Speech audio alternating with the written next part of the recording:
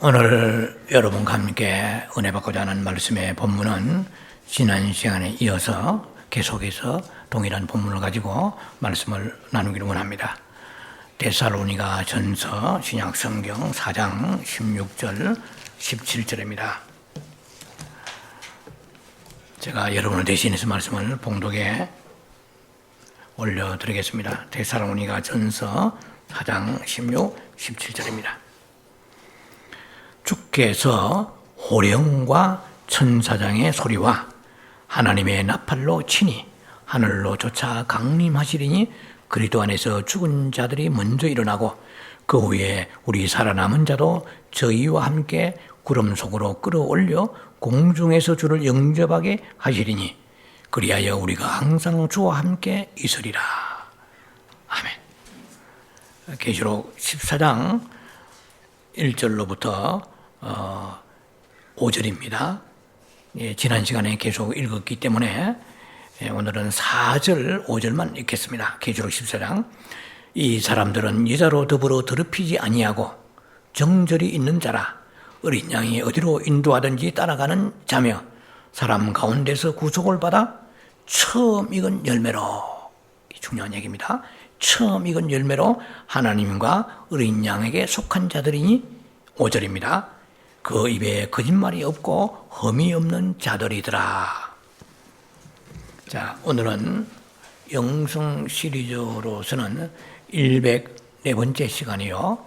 그리고 휴거와 천년왕국이라는 제목으로서는 세 번째 시간이 되겠습니다. 먼저 오늘 우리가 그 말씀의 탐색에 나가야 될 그 여행의 코스는 크게 두 가지로 잡아봅니다. 70일이라는 것은 무엇인가? 그러니까 7년 환란과 연결되는 70일은 무엇이고, 두 번째, 우리의 이 땅에 예수 믿는 사람들이 앞으로 가야 될 우리가 감당해야 될 휴거에 대한 그 시간적 혹은 다른 의미에서 공간적인 패러다임에 대한 새로운 각도로 접근하는 내용을 가지고 크게 두 포맷을 가지고 말씀을 여러분과 함께 나누고자 합니다. 먼저 우리가 이 7년 환란 얘기를 많이 하는데요. 그것은 도대체 어디에서부터 기인되느냐 하는 것입니다. 그것은 다 웬만한 분들은 알고 계시는 사실이지만은 다니엘서 9장의 24절로부터 27절 사이에 명확히 성경에 그것이 게시되어 있습니다. 그러면 다니엘서에 이 성경에 나와 있는 그 배경은 다니엘이 예루살렘, 그러니까 쉽게 말하면 북쪽의 이스라엘은 아수르에게 포로가 되었고 남쪽의 유다, 지금 이스라엘 얘기하고 있습니다. 남쪽의 유다는 바벨론의 포로가 되었어요. 왜 포로가 되었느냐 하면은 그들이 크게 두 가지입니다. 하나는 우상 섬긴 죄요, 또 하나는 안식년을 제대로 지키지 않은 죄입니다. 그래서 그들이 바벨론의 포로가 되었는데 장장 70년이라는 세월을 바벨론 포로 되어서 그들이 말할 수 없는 대가를 지불하고 고통을 받게 되죠. 이 성경에서 7이라는 숫자는 사실은 6과 하나가 더하면 7이 되고요. 4개와 3개가 더하면 7이 됩니다. 그러니까 천년왕국의 숫자는 곱하기로 들어가지만 그 7이라는 숫자는 그게 인간의 숫자와 하나님의 수가 또 합해진 것이에요. 4는 인간의 수라고 제가 언제가 몇 주 전에 말씀을 드렸죠. 4. 그리고 6도 인간의 숫자입니다. 4는 이미 해드렸다시피 인간은 사계절을 가지고 있다든지 동서남북이라든지 뭐 이런 걸 가지고 인간의 땅의 수라고 그랬죠. 그런데 6이라는 수는 하나님이 인간을 창조하실 때 제6일째 창조하시죠. 그래서 인간의 수를 6이라고 그럽니다. 어쨌든 anyway 7, 7이라는 그 안식년이 하나님께서 6일 동안 천지를 창조하시고 제1회째 하나님 안식하셨죠. 그렇기 때문에 이스라엘 백성은 무조건 의무적으로 다 7년째 되는 해에는 농사를 스탑하고 그 땅을 이 지력을 더 정진시키기 위해서 땅을 쉬게 합니다. 참 놀랍죠? 이 하나님의 지혜죠. 인간은 계속해 땅을 파먹고 살려고 하지만 하나님은 쉬어라. 땅도 쉬게 하시는 원리죠. 그런데 이게 굉장히 강한 율법이죠. 그런데 이스라엘 백성들이 제대로 지키지 않았습니다. 그래서 7년이 오히려 70년이 돼버렸어요. 그래서 거기에 보면 이제 그 안식년을 지키지 않았기 때문에 않으면 어떻게 될 것인가에 대해서 미리 레위기에 보면 이렇게 되어 있어요. 내가 너희를 열방 중에 흩으리라고 그랬어요. 열방 중에 흩으리라. 스케떼버리라. 에레미야 26장의 34절에 보면은 너희가 대적의 땅에 거할 동안에 본토가 황무할 것이므로 땅이 안식을 누릴 것이라. 70년 동안에 땅이 잘 쉴 것이다 이 말이에요. 자, 이것이 레위기 26장에 나와 있는 내용인데, 일단은 먼저 제가 말씀드리고자 하는 것은, 이게 지금 70년의 포로 생활을 하니까, 한 살에 끌려간 애는 70살이에요. 다니엘도 젊은 청년 시절에 끌려갔지만, 거의 90을 육박하는 그런 나이라고 추정할 수 있습니다. 연로한 나이죠. 그런데, 이스라엘의 그 운명, 도대체 우리가 언제까지 이 고통스러운 포로 생활에서 노예날 수 있는가 하고 그러한 의구심을 가지고 이제 에레미야서를 연구하게 되었습니다.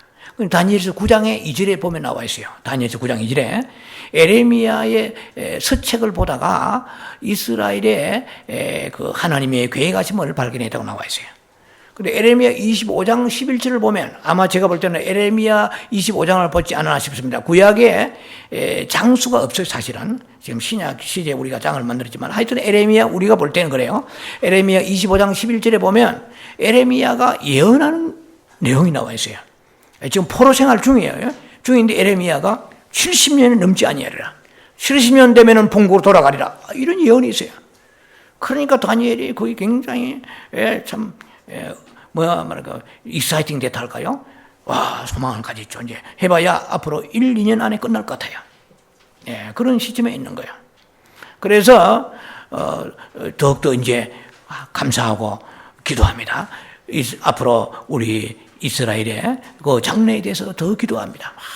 기도하는데 하나님께서 이번에 그 에레미야서를 통해서 그 발견한 그런 이스라엘의 이제 귀한 포로 생활이 끝나는 것만이 아니라 이 마지막 장래에 대한 그러니까 우주적 장래, 결국 하나님이 보실 때는 그렇지만은 이 성경에서는 하나님은 모든 역사를 이스라엘 중심에서 풀어가세요. 다른 이방 나라들은 그런 Y는 AX 함수관계처럼 그냥 이스라엘 중심에 따라가는 그 역사 속에 제가 볼 보조적으로 그들이 끌려가는 것이지 하나님의 계획은 이스라엘 중심입니다. 그래서 성경을 다니엘에서 보면은 다니엘에게 그렇게 예언하죠. 뭐냐면은 내 백성과 내 거룩한 성을 위하여 이랬어요. 이건 이스라엘을 얘기합니다. 위하여서 70일에로 기한을 정했다고 그래요. 그럼 70일이라는 것은 영어로 77입니다. 77. 그러니까 이것이 샤부임이라고 그래요. 샤부임. 히브리어로 1회를 샤부임이라고 그래요. 주로 1회 단위로 그들은 계수를 했습니다. 그래서 이게 처음 성경을 보거나 잘 못하는 분들은 참 복잡하고 이해가 안 되는 것인데 좀 이것은 웬만한 분들은 다 이해하고 풀어나가죠. 이것이 풀려야 오늘 휴거에 대한 얘기가 들어갈 수 있습니다. 그래서 말씀을 드리는 거거든요. 그래서 아주 쉽게 말하면은 이 역사에, 이 땅의 지구의 역사의 그 모든 운명은 71회로 정하리라 한 거예요. 그러면 한 일회가 7년이거든요. 예, 그러니까 한 일회가 하루가 1년이단 말이에요. 그 일회가 세번스니까 일주일이란 말이에요. 그럼 일주일이 1년이죠. 이제 7년이죠. 일회란 말은 7일을 말하잖아요. 요즘에 젊은 사람들은 일회란 말 안 쓰지요, 잘. 근데 7일 이 말이죠. 예. 그러니까 내가 71회를 잡으리라 그러면은 70년이 7번 되는 거예요. 예. 그래, 바꾸고 말하면 이 역사의, 이 우주의 모든 종말의 운명은 490년으로 끝을 내리라. 이 말이에요. 좀 쉽게 말할게요. 예. 490년으로 끝을 내리라. 그러면 오늘 우리는 490년이라는 숫자 안에 들어있는데, 예수님, 십자가에 죽으시고, 지금까지 2000년이 지났는데, 490년이 헷갈리고 이해가 안 됩니다. 라고 생각할 수 있기를 제가 이제 풀어드립니다. 자, 그래서 490년을 이 우주의, 이 역사의 종말을 490년을 정하리라. 그때 되면은, 영원한 의가 드러나고, 이랬어요. 이것은 천년왕국 임할 것이고, 이 땅이 완전히 회복되어서 하나님의 통치로 돌아가는 그런 날이 있을 것이다. 이런 뜻이죠. 그러면은 그렇게 말씀하시면서, 그 다음에 부수적으로 디테일하게 뭐라고 얘기하냐면, 이제, 다니엘서 9장 25절쯤 가면은 나와 있어요. 그 날짜를 하나님이 말씀하십니다. 첫 번째 일회가 올 것이고, 잘 들으셔야 됩니다. 두 번째 62일회가 올 것이다. 합쳐서 토탈 69일회가 먼저 온다. 이 말은 뭐냐면은 내가 지금 다니엘을 통하여 예언을 주시는 것입니다. 그 계산을 어떻게 하느냐 이 말이에요. 그러면 490년을 어떻게 계산하느냐 이 말이에요. 카운트를 하느냐. 그 예루살렘의 성을 뺏겼지 않습니까? 포로가 됐으니까. 그러면 예루살렘 성을 다시 재건축한다 이 말이에요. 포로가 되었다가 이제 자기의 이스라엘 유다로 돌아오잖아요. 돌아와서 성이 이제 건축됩니다. 그것이 느헤미야에 잘 나와 있죠. 이제 성이 건축되라는 명령이 떨어지는 그 날로부터 7일회가 지나고, 여러분, 이 말은 7749입니다. 49년이 지나고 이랬거든요. 그때는 그러면 언제 명령하느냐? 원래 바벨론에 포로되었다가, 그리고 왕들이 바뀌죠. 전복되고 바뀌고 이래서, 페르시아, 오늘날 말하면 페르시아인데요. 파사국 왕입니다. 파사국 왕의 이 고레스 왕이 나와요. 또 다리오 왕이 나오고 여러 왕들이 아닥사스다 막 이런 왕들이 많이 나오는데요. 여기에 나오는 그 왕이 고레스 왕입니다. 고레스 왕의 원년에 이 말이야. 고레스 왕 원년에 이것은 역대하 36장 21절을 봐야 돼요. 보면은 고레스 왕이 지금 아직 이스라엘의 사람들을 포로 상태에서 풀어주기 직전입니다. 거의가 70년이 다 차가고 있어요. 이해되시죠? 그런데 고레스 왕이 이왕 왕이요. 페르시아 그러니까 파사국 왕이니까 오늘날 이란이에요. 이란이 원래 이름이 페르시아잖아요. 페르시아가 구약 성경에는 파사거든요. 파사 왕 고레스 왕이 하늘로부터 하나님으로부터 천지 창조자 하나님으로부터 예수를 안 믿는 그러니까 하나님을 안 믿는 사람인데 이방 왕인데 감동을 받아요. 네가 이 백성들을 돌려보낼 때에 성전을 건축하도록 네가 그 도구 힘을 써라 하는 명령을 받는 거야. 그러니까 역대하 36장 21절에 22절 보면 나와 있습니다. 고레스 왕이 뭐라고 말하냐면 여호와께서 에레미야 입으로 하신 말씀을 응하게 하시려고 고레스 왕의 마음을 감동시키며 이랬습니다.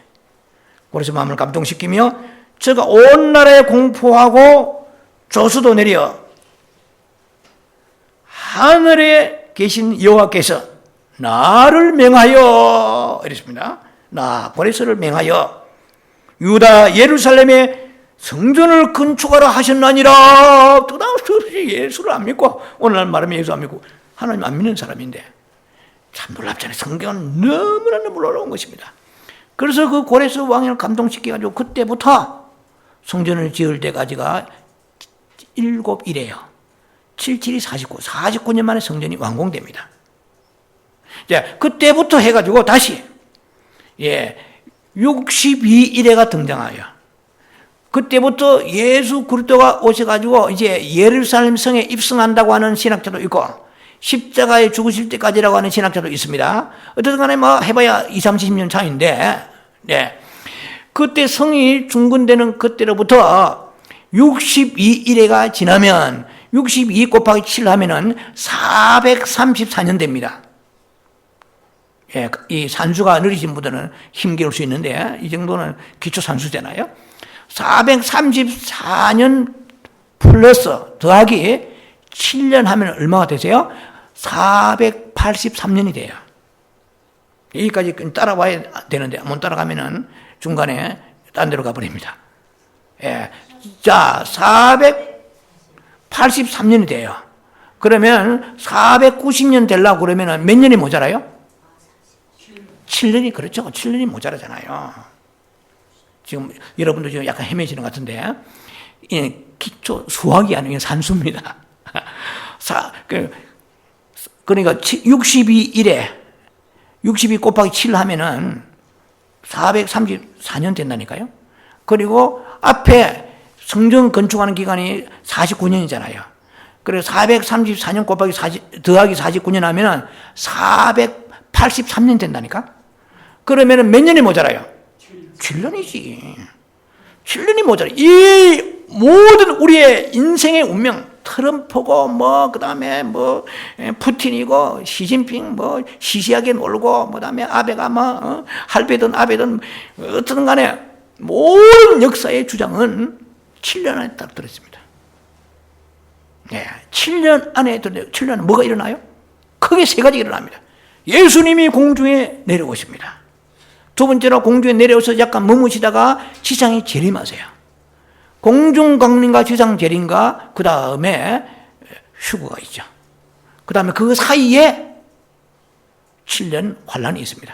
세 번, 그러니까 7년, 세 번 이어 트리뷸레이션, 그러니까 7년 환란이 있어요. 많은 학자들이나 혹은 사람들이 7년 대환란이라고 그러는데 용어를 잘못 선택하신 것입니다. 7년 대환란이 아니에요. 7년 환란입니다.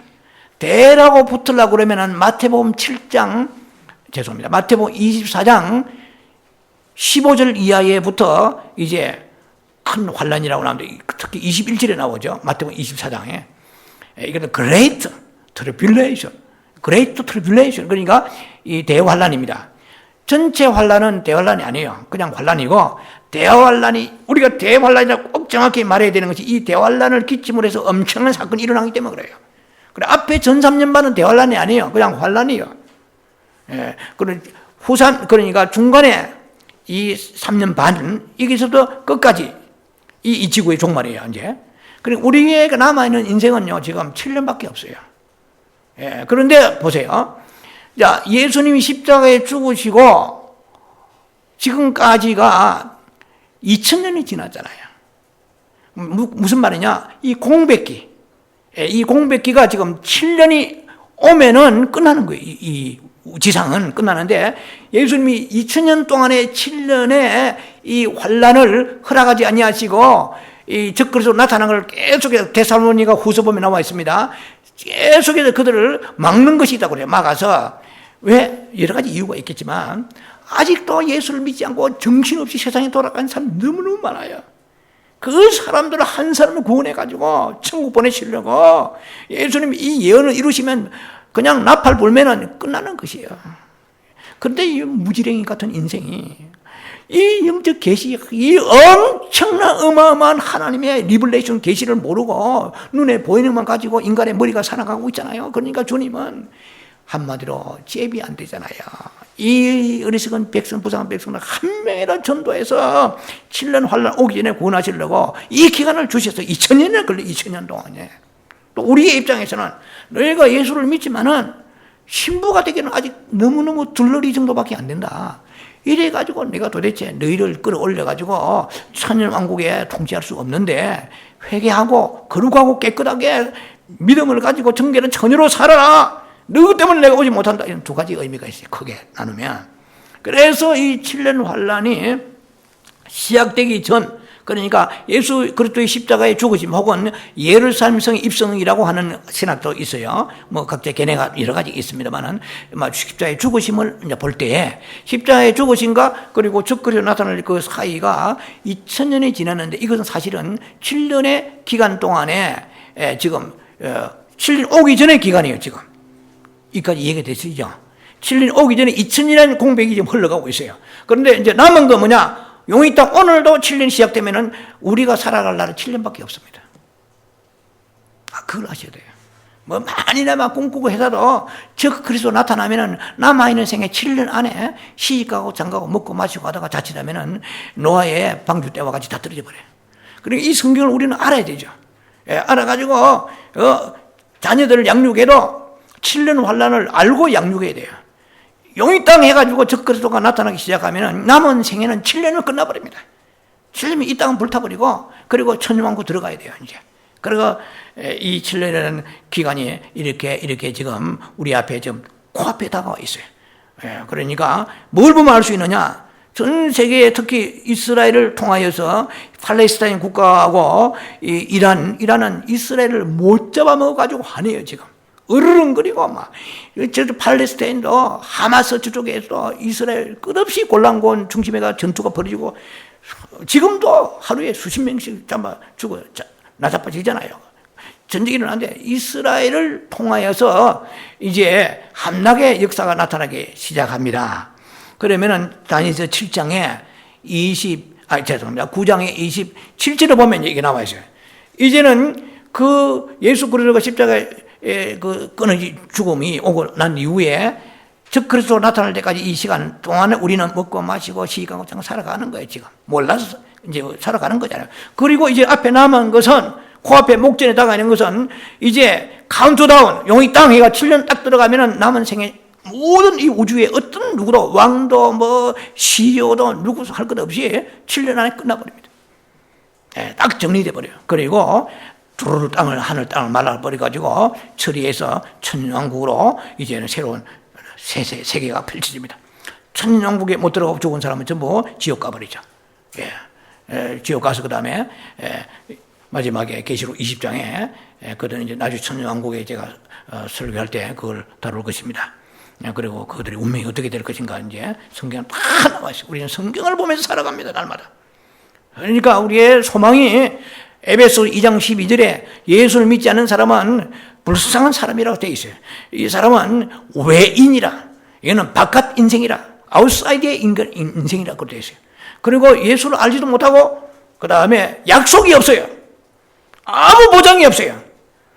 죽으면은 소망이 죽음이지 우리의 소망은 영원한 죽음이 아니에요. 우리는 이 세상 예수 안 믿는 모든 사람들은 죽으면 끝나는 거야. 그 이상 무슨 약속이 있습니까? 약속이 없잖아요. 우리는 그래도 가난하고 새빵살이 살고 몸에 병이 들고 심지어 안까지 오고 뭐든 부도가 나고 여러 가지 어려움이 있더라도 그래도 우리는 약속의 언약의 백성이란 말이에요. 에베소 1장 4절에 만세전에 택정한 사람이래.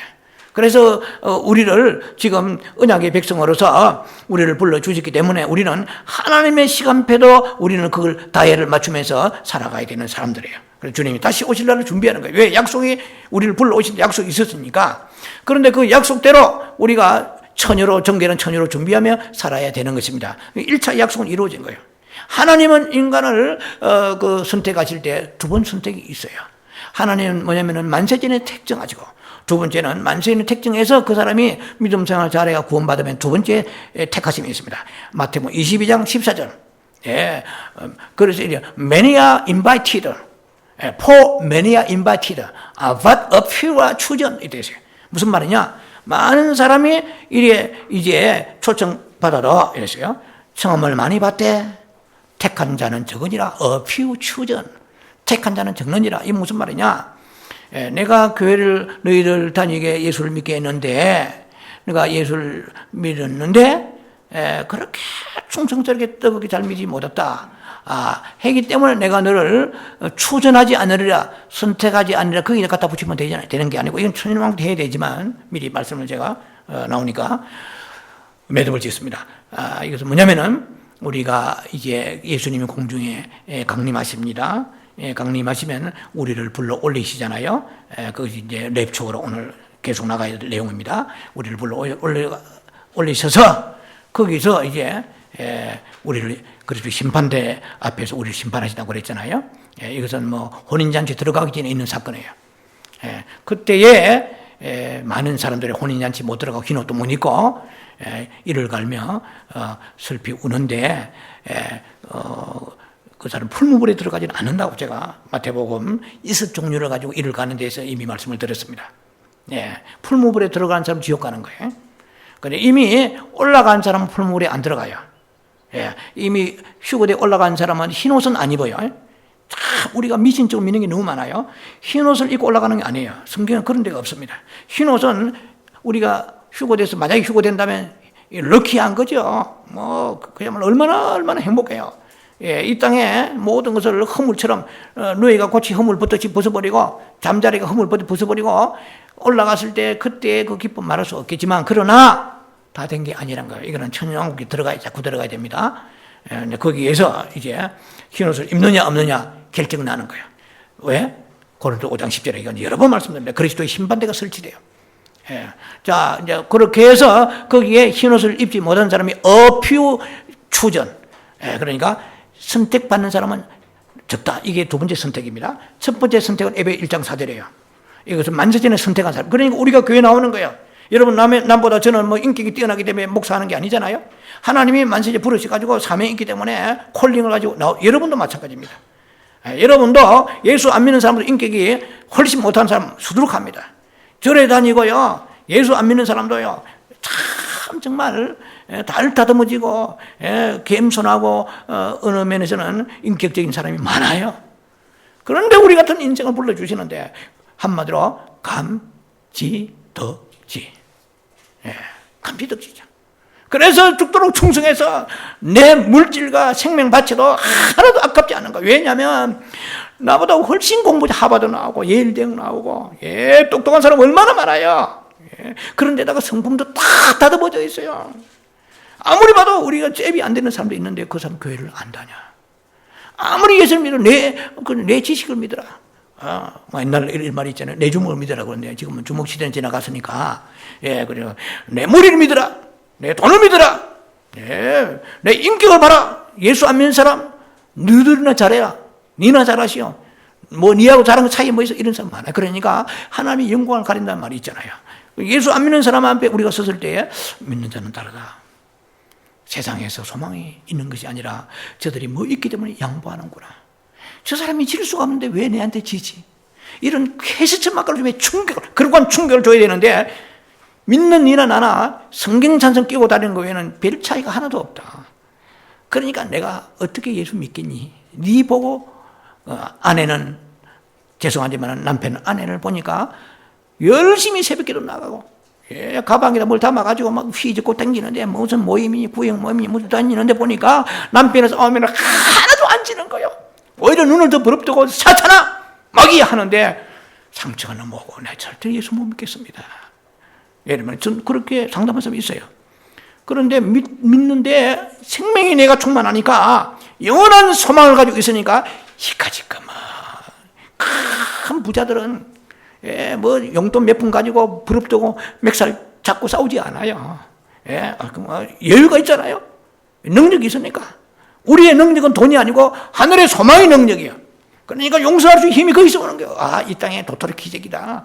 뭐 그날에 가면은 나는 하나님의 상급이 있을 텐데, 사랑하는 딸아, 너는 참 센 남편만 나가 고생 많았지만 그때마다 네가 나를 생각하면서 눈물을 훔치면서 끝없이 인내하면서 남편의 영혼을 위하여 끝까지 참더니 결국 네 남편이 죽기 전에, 암 걸려 죽기 전에 예수를 믿었구나. 딸아, 내가 너의 눈물을 닦아주나. 소망이잖아요. 믿음이 충만할수록 소망 있는 사람 인내하면서 영원한 그 나라의 상을 바라보면서 주여 주시는 멸류관을 바라봅니다. 이 땅에 나는 도토리 기적이 서로 그거 가지고 나는 네가 옳으니 내가 옳으니 지지 않겠습니다. 이런 통큰, 요즘에 그런 유행이 통큰 믿음이 오는 거예요, 우리가. 예, 라이프 스타일이 담대하고 영원한 소망을 가지고 있는 사람처럼 살아가야 되는데 그러지 못하니까 주님이 오시는 발걸음을 지금 점점 우리가 종종 걸음을 만드신 거예요. 만들게 하는 거예요. 주님이 오셔서 우리를 데려가셔야 되는데 너무가 준비가 안 되세요. 세상에 이방인들을 사는데 보면은 교회에 나가서 종교적인 모든 색채를 가지고 있고 그러한 형식 가지고 있는데 크게 다를 바가 없어요. 그러니까 사람 따라 니 때문에 내가 못 온다. 네가 이래 해가지고 휴가되어 올라와서 신부가 돼야 되는데 흰옷을 입기는 그냥 그 더러운 탐욕이 걷어가고 욕설이 걷어가고 세상 사람하고 다른 것이 없는데 내가 만세전을 택했는데 이러라고 택한 줄 알았냐. 응? 너 때문에 내가 오지 못하는데 내가 오지 못하니까 수많은 준비되어 있는 사람들이 지금 주여 언제 오십니까? 주님을 오기를 기다리고 있는데 이렇게 주님이 우리에게 오늘도 뭔가 메시지를 주실 거예요. 어쨌든 간에 이렇게 이제 7년의 환란을 우리가 앞두고 있는데 즉 그리스도가 나타나게 된다면은 이때부터 이제는 남은 세월은 7년밖에 없다는 거예요. 제가 완전하게 절대적인 아니지만은 성경을 내내 연구하면서 지난주 잠깐 언급했으면은 이 7년 환란의 그 시작이 스타팅이 있을 거 아닙니까? 비기닝이 스타트가 있을 텐데 이 스타트가 계시록에 분명히 예수님이 2000년 전부터 그때부터 이제 예수님이 2000년 전에 있으니까 그때 인을 떼셨단 말이죠. 첫째 인을 떼시니까 복음의 흰말을 탄 분이 나타나시는 거예요. 그리고 이 성경이란 것은요, 제가 이 양복을 입고 첫 단추를 잘못 치면 이렇게 돼버립니다. 끝날 때까지 이래가지고 할렐루야 하다가 목사님 이렇게 되는 거예요. 다 예배 끝나고 무슨 예식이 참석에 이래가 당기는 거예요. 남들이 보는데도 모르고. 첫 단추를 잘못 끼우면요 끝에 단추가 잠글 데가 없어요. 저도 한때 요한계시록을 7년 환란 전에 우리가 교회는 몽땅 올라간다 생각했어요. 예. 그리고 7년 환란 전에 몽땅 올라가니까 우리는 안심하라 뭐 이렇게 생각했던 것이 요한계시록을 어떻게 처음부터 잘못 풀어버리냐. 요한계시록 5장에 나팔을 분단 말이에요. 죄송합니다. 인을 떼는데 계시록 5장에 첫째 인을 떼니까 알다시피 뭐가 있습니까? 흰말이 띄잖아요. 그 흰말을 7년 환란이 시작하면서부터 흰말이 뜬다고 생각하니까 단추가 이래 돼버려요. 이 성경은 끼워 맞추면 다 맞게 되어 있어요. 그게 이제 위험한 겁니다. 그래서 베드로후서에 사살에 3장에 나와서 사살에 풀지 말라. 저주받는다까지 했거든요. 그러니까 저도 그렇게 푸니까 이렇게 돼버려요. 이렇게. 그리고 끝에 가서 딱 맞추니까 마지막 나팔, 고린도전서 15장 50절 마지막 7째 나팔이 그냥 그때는 성경적으로 수순을 따라서 7째 나팔, 계시록 11장에 15절로부터 19절에 나와 있는 7째 나팔, 이때가 굉장히 조심해야 될 때거든요. 이 7째 나팔이 뭐 전혀 상관이 없는 그냥 나팔이라고 생각했다는 것이죠. 이 7째 나팔이 예의 주셔야 됩니다. 그게 마지막 나팔이에요. 파이널 트럼프시잖아요. 파이널 트럼프 마지막 나팔이거든요. 그러니까 5장부터 풀리는 게 문제가 생겨버리더라는 것이죠. 그래서 5장부터 어떻게 푸느냐. 7년 환란에 들어갔을 때에 전쟁이 일어나고, 그 다음에 기근이 오고, 그 다음에 뭐 죽음이 오게 되고, 뭐 이렇게 해석해버리고요. 그런데 제가 최근에 발견하고 이제 접근한 것은 그래 풀리지 않거든요. 7년 환란이 시작할 때 그 말이 뛰는 게 아니고 포홀서 내 말이 뛰는 게 아니고 예수 그리스도가 승천하신 이후부터 말은 뛰었어요. 복음의 말이 뛰었습니다. 그래가지고 그걸 연구하는 분들은 막 그 시간 보낼 지금 시간 없는데 왜 예수님이 말이지 그러면은 거기에다가 화살을 가지고 있느냐, 예수님은 한 번도 그 활을 가지고 나온 적이 없다고 막 연구를 해 머리를 돌리면요 인간은 바벨적인 존재이기 때문에 이건 한이 없습니다. 이단도요, 다 나름대로 이유가 있기 때문에 이단이 되는 거예요. 착착착 그게 맞아 떨어지기 때문에 이단이 되는 거거든요. 잘못 풀어도 맞게 돼 있어요. 이게 문제예요. 예, 그래서 마지막 때 데살로니가 3장 보면은 내가 늘 미혹해 하자고 그러거든요. 미혹의 영을 보내시는 거예요. 열왕기하 22장 20절에 보면은 하나님은 똑같은 천사라도 가변된 천사를 부리시는 분이시거든요. 그러니까 아방 때에 이 전부 거짓 선지자들이 아방한테 아부하면서 아버지 건설 가지고는 이런 그 거짓 선지자들이 많았잖아요. 그럴 때 그 천사들이 하나님 앞에 하나님이 그렇게 말씀하십니다. 누가 나를 위하여서 거짓 영이 되어서 저들에게 선지자 입에 들어갈 수 있냐 하니까 주여 제가 그렇게 하겠나이다 해가지고 하나님이 그 천사를 거짓 영으로 거짓 예언한 자로 영으로 만드셔가지고 수많은 선지자 400명이 넘는 수많은 선지자 입에 딱 들어가니까 예언이 튀어나오는데 막 어떻게 나오느냐? 아방이여 만수무강하소서. 아바는 어디 가든지 당신은 승리합니다. 하나님이 함께 하십니다. 막 이 나오는 거야. 그러니까 아방이 담대하게 전쟁에 나갔다가 온몸에 피로 얼룩져가지고 비참하게 죽게 되는 장면이 나오죠. 그 열왕기하 22장 22절로 이하에 나옵니다. 자, 그와 마찬가지로 하나님께서 우리에게 내가 뭔가 조금 남보다 뛰어나겠다. 조금 더 내가 잘 풀어야 되겠다. 교만하게 해게 뭔가 내 의지를 가지고 풀려고 그러면 성경이 잘못 풀려져 버려요. 성경은 일중시어야 돼요. 나는 할 수 없습니다. 이렇게 회개하면서 아버지 하나님 정말 중요한 게 뭐냐면 네가 옳고 내가 옳고 목사님 아브라함 목사님 계시록 막 떨어지게 막 쫙쫙 풀다가 중요한 게 아니에요. 하나님 보실 때에 하나님이 원하시는 대로 가야 중요한 거거든요. 사람이 다 떨어지고 몇 사람밖에 안 듣더라도 저는 그 욕심을 가지고 있어요. 그건 제 나름대로의 성경에서 가는 대로 가기를 원하는 것입니다. 그러다 보면 시간이 많이 걸려요. 수 3년 세월을 시간이 걸리면서 여러 과정을 다 겪었어요. 페리스는 힐턴이라든지 얼반 텍스트라든지 이런 많은 분들의 과정을 거치고 그리고 워렌 워스비 거기에 또 되게 많이 빠졌어요. 워렌 워스비에 대한 계시록 강의라든지 마태복음 24장 강의 같은 거 보면은 그 굉장합니다. 거기에 빠지니까 나오려고 그러니까 얼음에 빠진 것이 미끄러지가 나올 수가 없어요. 왜? 거기 너무 빠져버려가지고. 빠지는데 그 물이 처음에는 찹도만 온도가 적당하게. 모든 것이 사람이라는 것이 묘하게 그런 선입견을 무섭게 가지고 있어요. 그래서 요한계시록을 푼다는 게 어려운 것이 내가 한번 이미 그런 인식이 바뀌어버리면 패러다임이라고 그러죠. 그래서 제가 제목을 패러다임이라고 그랬어요. 이 인식의 소위 말하면 트랜잭션, 대전환, 체인지가 있어야 되는데 한 번 사람들이 인식을 가지고 있으면은 계속해서 도끼 눈을 가립니다. 좀 문제가 있지 않나. 자꾸 이렇게 보려고 하기 때문에 순수하게 받아들이지 않아요. 이 말씀이 순수하게 정말 7번 단련한 흙과 같이 계속해서 이렇게 순수한 말씀으로 볼 때에 우리는 전통적이고 객관적이고 지금까지 알았던 어떤 단순하고 느슨한 이러한 생각에서 우리가 전환될 수 있는 것입니다. 그래서 지금 세 번째 시간까지 휴거에 지금 아직까지 내용이 들어가기 전에 여러 가지 시간을 우리가 보내면서 당위성에 대해서 얘기를 하고 탐색을 하고 있는 것이죠. 제가 가지고 있는 어떤 복안, 그거는 제가 있지만은 이 메인 메뉴가 지금 나오지 않아요. 계속해서 지금 이것도 중요합니다. 앞에 에피타이저 중요해요. 에피타이저 잘 먹으면은 본 음식 못지 않아 좋아요.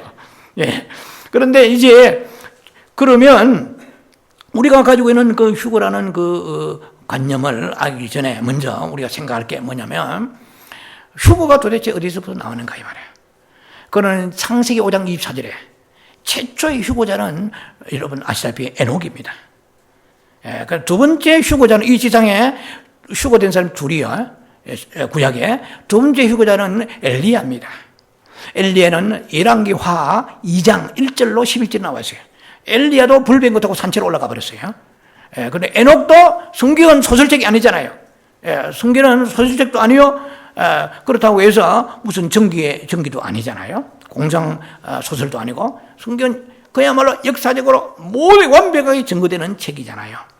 그런데 어떻게 사람이 산채로 올라갈 수 있는가? 이게 우리 캐스트 맞거단 말이에요. 우리가 먹고 살기 바쁜 사람들은 그런 거 꿈도 안 꾸잖아요. 그러나 오늘 우리 앞에 우리가 그렇게 돼야 될 사람들이에요. 이제 목전의 땅에 있습니다. 그래서 성경은 휴거에 대한 얘기가 신약에 많이 나와 있어요. 이제 나와 있는데 마태복음 24장에 보면은 40절 41절에 보면은 여러분 잘 아실 거예요. 밭을 두 사람이 가서 농사 짓는다고 남정네가 나가서 밭을 가려고 소몰고 나가더니 저녁이 되고도 돌아오지 않는 거야. 그런데 둘이 밭을 걸어 나가는데 한 사람은 촐레촐레 들어오는 거야. 어떻게 되느냐 하니까 막 얼굴이 쌍이 노래가지고 그냥 밭을 가는데 잠깐 내가 한눈 파는 사이에 없어져 버리다. 예. 나 혼자 돌아왔다. 자, 두 사람 바깥에 한 사람 올라간다 그러죠. 두 여자가 밀을 가는데 가다가 서로 맷돌이 무거우니까 서로 마주 잡고 가는 거예요. 예, 돌아라, 돌려, 맷돌 돌려 하는데 갑자기 앞에 있는 여자가 안 보이는 거예요. 기절초풍이에요. 이게 랩추어입니다. 하르파조죠. 예. 영어로 말하면은 쿼트업 혹은 캐치업, 확 채간다 이 뜻이 이거예요. 하르파조한 이거는 라틴어인데요. 이게 확 채가버려요. 순간적으로. 그러니까 사람이 눈 깜짝 사이에 확 채가 버린다 이 뜻이죠. 그래서 성경에 마태복음 24장 40절 41절 나와 있어요. 그 다음에 마태복음 17장 34절에 또 나와 있어요.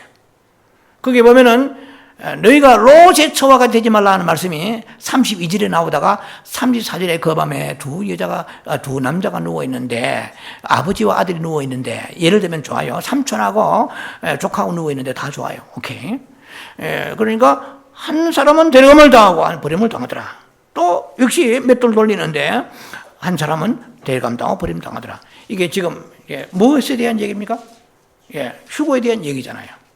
자, 이제 거기서부터 시작해서 요한계시록은 휴거 사건이 계속 나와요.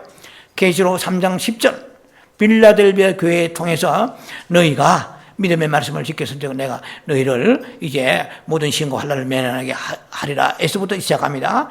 그리고 3장 또 7장 9절에 나와요. 7장 9절에 수많은 백성들이 종려가지 들고 보좌 앞에서 그들이 하나님을 찬양하면서 그들 또 시온성 앞에 서 있는 그 내용이 나옵니다. 7절 나왔죠. 그 다음에 12장에 또 이제 나옵니다. 12장에 한 5절 가면은 이게 이기는 자라 해가지고 이제 이것은 옛날에 제가 한 1년 전에 설교한 것 같은데요. 미가엘의 전쟁이 공중에서 즉 하늘의 전쟁이 일어납니다. 계시록 12장의 한 9절 이하에 보면 하늘의 전쟁이 일어나는데 미가엘의 천사장하고 용하고 전투가 무섭게 거기서 치열하게 벌어지는데 그때 전쟁이 일어나기 그 상황 직전이죠. 이제 그때에 계시록 12장 5절에 여자가 낳은 아이라고 그래가지고 살인 아이. 이 사람이 휴거되는 사람입니다. 이제 앞으로 이제 계속 나가야 되는데 이 사람이 올라가는 장면이 나옵니다. 올라가는데 오늘 제가 설교 부제목이 뭐예요? 패러다임의 장소적 시간적 그랬잖아요. 그러니까 무슨 뜻인가? 이게 중요한 얘기예요. 시간적으로 말하면은 휴거가 과연 환난 전이냐, 중간이냐, 아니면 끝이냐, 아니면 또 다른 게 있느냐? 이거 뭐예요? 시간적으로. 자, 미리 말씀드립니다. 그 다음에 공간적으로, 장소적으로 그러면은 우리가 알고 있는 계시록 10장 1절에 보면은 그 한 천사가 나와요. 이 천사로 하나님의 보내심 받았기 때문에 그냥 천사라면 나옵니다. 천사가 구름 위에 앉았는데 멜류관을 쏙 앉았어요. 앉았는데 구름을 입고 이렇게 나와요. 성경. 구름에 쌓여 이 뜻이에요. 그러니까 공중의 주님이 강림하실 때에는 구름을 잘 드셔야 됩니다. 구름을 타고 오시는 게 아니고 구름을 입으세요. 구름 안에 쌓이세요. 그 다음에 두 번째 이것은 사적이고 이 비밀스러운 재림입니다. 재림의 두 종류 있잖아요. 하나는 공개적이고 공적인 재림이 있어요. 공개적이고 공적인 재림은 이건 뭐냐? 다 파루시아라고 그래요. 공개적 공적인 재림인데 이 재림은 예수님이 공중에 계시다가 얼마간 머무세요. 이게 많은 사람들이 지금 거의가 머리가 돌아가지 않습니다. 저도 이 부분에서 오랫동안 시간이 걸렸어요. 수년이 걸렸는데요. 예수님이 공중에 강림하실 때에 우리는 너무 성질이 급해요.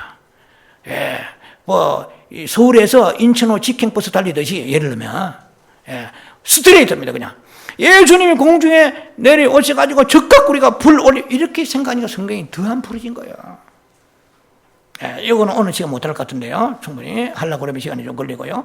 예수님이 공중에서 머무세요. 머무시고 그 다음 심판대를 설치하십니다. 그래서 심판대에 설치하시고 어느 면에서는 그 지금 이 대환란이 진행되는 것을 예수님이 묵도하세요. 어떻게 우리가 그 환란 가운데 대처하는지 보고 계신단 말이에요. 그래서 그 공중에 오세요. 이것은 공중에 오신 것은 비밀스러운 재림입니다. 마태복음 24장 36절에 그날과 그 시는 아무도 모른다고 그랬어요. 그는 아버지만 아시고 아들도 예수님도 모르시고 천사도 모른다고 그랬죠. 마태복음 24장 36절에. 그런데 너희 깨어있으라. 마태복음 25장 13절. 아무도 우리가 언제 오실 때 모르겠다. 그러니까 늘 깨어있으라. 데살로니가 5장 2절. 도적까지 오시리라. 도적이 올 때 나 도둑이요. 오늘 12시 절로 가니까 준비하시오 하는 도적이 없다 이 말이에요. 가장 중요한 것을 도적이라고 표현해서 참 놀랍잖아요. 주님이 우리를 도적질에 가신대요. 우리가 너무 귀하니까. 도적놈은 뭐 시시한 거 뭐 쌀자루 보리자루 보다도 보석을 훔치려고 하지 않아요? 그 주님 보실 때 도적같이라는 표현은 놀라운 것입니다. 우리를 보석같이 딱 가져가는 거예요. 그런데 준비되어 있는 사람들을 데리고 가시는데 그것이 우리가 그날과 그 시는 알지 못한다고 했으니 이것은 뭐예요? 비밀스러운 재림, 즉 강림입니다. 우리의 성경은요 전부 재림이라는 말은 하나도 없어요. 전부 강림이라고 그랬어요. 강림은 헬라어로 파루시아, 에피파네이어 이 두 가지 의미가 있습니다. 이건 커밍이라는 뜻이에요. 지금 임재라는 뜻입니다. 이걸 풀어야 답이 자꾸 나와요. 재림은 우리가 생각할 때 그냥 너무 단세포적입니다. 공중에 내려오셔 하다다 해요. 불러가지고 확 올라와라 나팔 단따라 이게 아니에요. 그러니까 계속해서 성경은 우리가 원하는 대로 자의적으로 풀어갈 수밖에 없죠. 그래서 각양각색 그야말로 백인백색이죠. 얼마나 다양하게 풀어나가는지 알 수가 없어요. 그러나 과연 제가 절대 제가 말할 수는 없지만 저는 확신을 가지고 있습니다. 제가 제 나름대로요. 왜? 성경이 지지하니까. 성경에 감추인 부분을 우리가 보여주시기 때문에 그런 거예요. 계시를 받아가지고 아니면 꿈을 꾸면서 환상을 받아가 한 것도 이거는 이단이 되겠지만 그렇지 않아요. 얘는 굉장히 이거는 신뢰할 수 있는 것입니다. 그래서 왜 시간과 장소를 얘기하느냐를 여러분 말씀드립니다. 우리가 얘기하는 휴거는 단세포적인 개념을 가지고 있어요. 공중에 예수님이 공중에 강림하신 것은 100% 틀림이 없습니다. 그러나 공중에 강림하신 것은 계시록 14장을 유의하게 봐야 됩니다. 계시록 14장에는요 상당히 많은 그 휴거 사건이 일어납니다. 그러니까 상당히 많은 여기에 이제 여러분들이 약간 의아해할 수 있습니다. 계시록 14장에는 1절로부터 5절까지의 휴거가 있는데 이것은 무슨 휴거입니까? 이것은 퍼스트 프루트, 첫 열매 휴거입니다. The rapture of the first fruit, 첫 열매 휴거입니다. 보시면 아세요. 이것은 첫 열매로 나와 있어요. 자, 이건 곡식의 첫 열매예요. 그러니까 미리 말씀을 드립니다. 저를 주목하시고요. 자, 오늘 또 충분히 시간이 전개되지 않기는 다음을 넘어갈 가능성이 많습니다. 왜냐하면 이건 방대한데요. 차근차근 풀어나가야 됩니다. 성급하면 잘못 풀려버려요. 많은 기도 시간이 필요하고 많이 연구하고 또 보고 또 연구해야 돼요. 제 입장에서는요. 자, 먼저 레위기 23장 10절 11절을 봅니다. 레위기 23장 10절 11절을 보면은 밭에 있는 추수하는 이스라엘의 그들의 그 하나의 농사법입니다. 하나님께서 레위기를 통해 창출 레민 신자 모세의 규례를 통해서 그 말씀 보면은 밭에 있는 곡식을 너희가 추수할 때에 처음 익은 곡식은 굉장히 중요한 얘기입니다. 퍼스트 프루트, 처음 익은 타작하여 곡식 거둔 것은 집에 농부집에 곡간에 넣어가지고 찰떡 해먹고 쑥떡 해먹고 볶아 먹고 튀기 먹고 홀랑 자시란 말이 하세요. 제사장에 가져가라 성전에. 자, 성전에 가져가서 요제로 여호와께 드리면서 하나님께 드리게 하라 그러세요. 자, 우리는 고린도서 3장 9절에 우리는 뭡니까? 우리는 하나의 밭이라고 그러죠. 헬라 의미에서는 거기에 팜이라 FALM, 팜 농장이라는 뜻이에요. 우리가 이렇게 살아가지만 하나님 볼 때는 우리는 추수할 농장입니다. 지금 우리는 추수의 대상이에요. 자, 그래서 그 추수하는 곡식을 곡간은 어디예요? 공중입니다. 공중이 곡간이에요. 그러면 성전이 어디예요? 보좌입니다. 시온 보좌예요. ZION, 시온 보좌예요. 보좌로 올라가는데, 그러면 이스라엘 사람 농사를 지을 때에 제일 잘 익은, 똑같이 농사를 지는데도 어떤 것들은 부르딩딩하다고 그랬잖아요. 잘 익은만 군데군데 골라가지고 그걸 베어서 그대로 가서 비벼 먹고 볶아 먹고 튀겨 먹는 게 아니고 제사장이 가져갑니다. 그럼 제사장이 성전에 가져가요. 성전에 가서 요제를 드립니다. 여호와여, 비를 내리시고 찬양 받으소서, 이렇게 하는 거예요.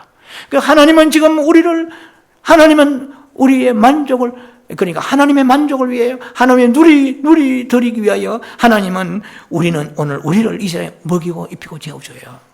우리 잘 나가 좋은 대학 나오고 잘 나가 직장 가고 돈 벌고 살아가는 게 아니에요. 우리를 잘 익으라고. 그래서 햇빛을 주시고, 거기다가 비료를 주시고, 환경을 주시고, 공기와 바람과 비를 내려주시고 해가지고 잘 익어놓으니까, 자, 이렇게 볶아 먹고 튀겨 먹고 해보면 되겠어요? 그런 것은 쉽게 말하면 계시록 14장 14절로 16절에 넘어갑니다. 이것은 파이널 하베스트로 넘어가는 거예요. 이거는 소위 말하면 늦추수로 들어가는 거예요. 첫 번째 열매는 출애굽기 23장 19절을 보시면, 출애굽기 23장 19절에 곡식을 처음 익은 곡식을 역시 거기도 성전에 가서 하나님께 드린다고 되어 있습니다. 자, 성전은 시온 보좌입니다. 그러면은 곡식을 곡간을 창고죠. 보리 창고는 어디냐 하면은 곡간은 구름이에요. 자, 그럼 장소가 지금 달라졌잖아요, 벌써. 자, 여러분 개념을 지금 바꾸기 위해서 이 패러다임의 전환을 위해서 말씀드립니다. 우리가 휴거라고 생각할 때 휴거는 천편일률적으로 획일적입니다. 무조건 공중, 맞습니다. 데살로니가전서 4장 10절에 공중에 올라가도 맞아요. 그걸 절대로 부인하지 않습니다. 맞습니다. 하지만은 그 휴거가 모든 휴거를 대변하고 전부냐? 그렇지 않다는 거예요. 왜 그러냐면은 휴거는 크게 나누어서 두 파트가 있습니다. 두 방면, 두 부류가 있어요. 하나는 이기는 자의 첫 번째의 휴거가 있어요. 그래서 많은 사람이 얘기할 때 환란절이냐 중간이냐 끝이냐 이렇게 얘기하는데, 사실 환란전 휴거설 이 말도 두 가지가 있어요. 7년 환란전이냐 이런 뜻도 있어요. 대체로 7년 환란전이라고 믿는 분이 많습니다. 저 역시도 미국의 유명한 그런 저명한 강의 설교를 통해서 제가 7년 환란전에 휴거된다고 믿었었거든요. 그러니까 그 7년 환란전이라고 할 때 7년 환란전도 있고, 또 하나는 대환란전인 것도 또 하나 있습니다.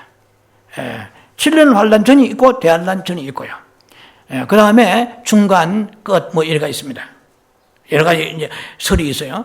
각자 무슨 설을 취하든 간에 자기가 믿고 열심히 나가면은 저는 관여하지 않습니다.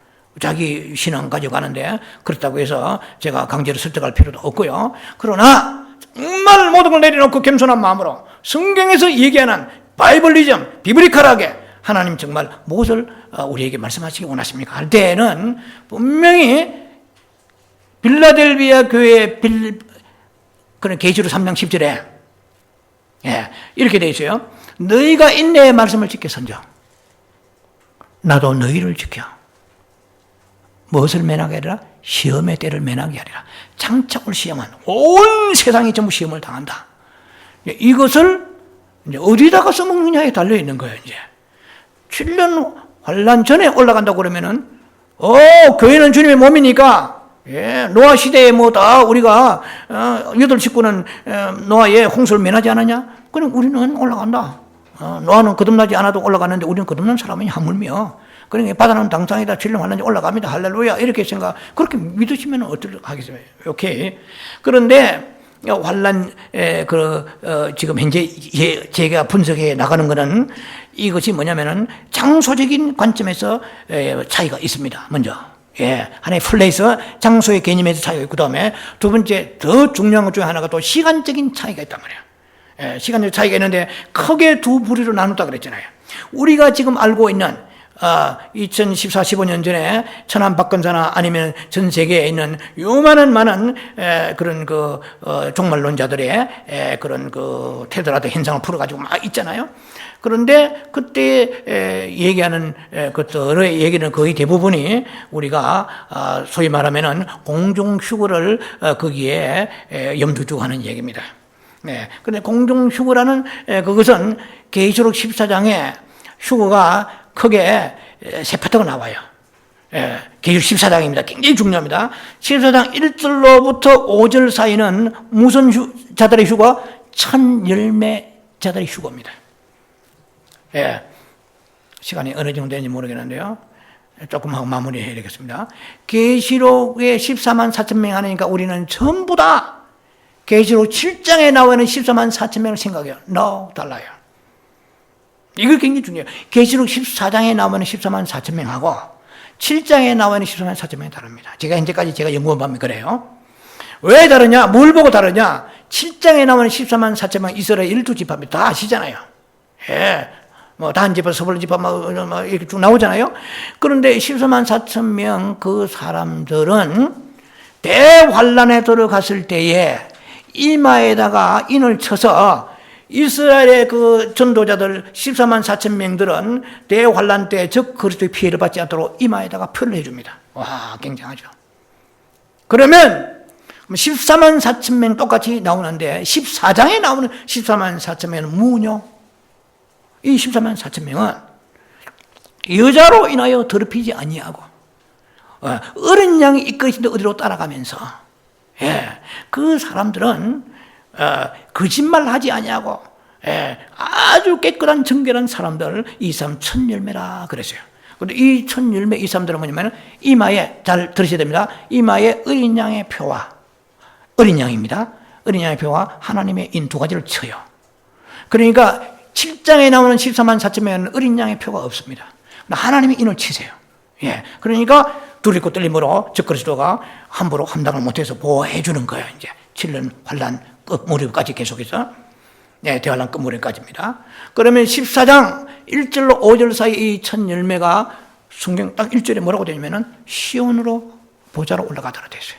이 장소적으로 지금 시온이라고 그랬거든요. 거기 올라가더라고 그래요. 랩처, 하라파죠. 올라갔나? 그랬거든요. 그걸 어떻게 부인하겠어요? 성경에 그렇게 되어 있는데 14만 4천 명이 올라갑니다. 그 다음에 6절로부터 계시록 14장 6절로부터 13절까지예요.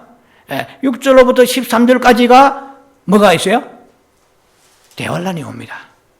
잘 들으셔야 됩니다. 자, 이 시점은 굉장히 시간적으로 이거는 성경은 계시록은 시간적으로 다 되어 있지 않지만은 14장 안에는 시간적으로 되어 있어요. 놀랍게 시간 배치가 되어 있습니다. 그리고 그들이 올라가고 난 뒤에 뭐가요?